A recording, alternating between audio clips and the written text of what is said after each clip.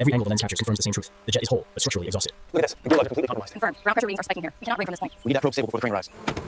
Drive the probe down slowly. We need a stable reading for the crane stabilizers. It's holding steady at 75%. We're clear here. Easy now. Watch your pressure on the spar. It's holding at 1.5 degrees.